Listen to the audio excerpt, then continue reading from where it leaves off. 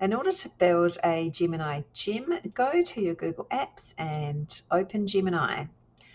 A prompt box will appear similar to ChatGPT or Microsoft Copilot, but today we are looking for the Explore Gems title on the left-hand side menu.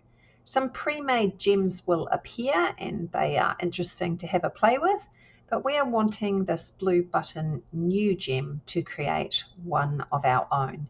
You can see one sitting here in the Your Gems menu that I have created earlier called Chemistry Tutor. And if we edit that, we will see what it took to create it. First of all, you will need to give your gem a name, and then in the instructions box, you need to provide a detailed prompt using all of the good aspects of prompt design. So you need to give your gem a purpose or a goal.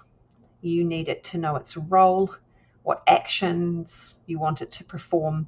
You need to tell it the context that it will be operating within, the audience that it's generating content for, the tone that you want the output to be generated in. And I've also included some limitations, things that I do want and things that I don't. I have included that prompt on my blog, AI Zero to AI Hero, and you're welcome to utilize it, adapt it for your own purposes. It is starting to work well now that I've tweaked it, so feel free to take it for yourself. Underneath that is the knowledge area where you can upload up to 10 resources at the moment. I'm hoping that will increase in the near future. And my purpose for this gem was that it would be a Socratic tutor to question students about their already learned knowledge and refine that recall of knowledge to the point where they can link ideas coherently into nice, clear, and detailed paragraph explanations of concepts.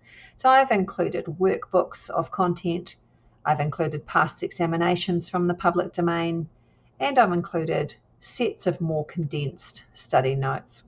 Once everything's there, so that's uploaded using the small picture icon down here, don't worry, they don't have to be images, they can be PDFs, Word docs, Google Docs, PowerPoints, all sorts of things. You then would save your gem. You can see the button says update because we're in one of my already created ones. And then you're ready to prompt your gem to come up with content. So we're just using the prompt box and telling it to go for it. And whatever purpose you've designed it for, that's when things will start to happen.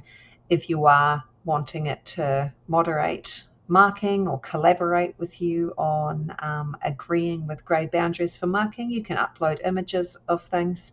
You can speak using a microphone to create speech to text. There's a lot of functionality here.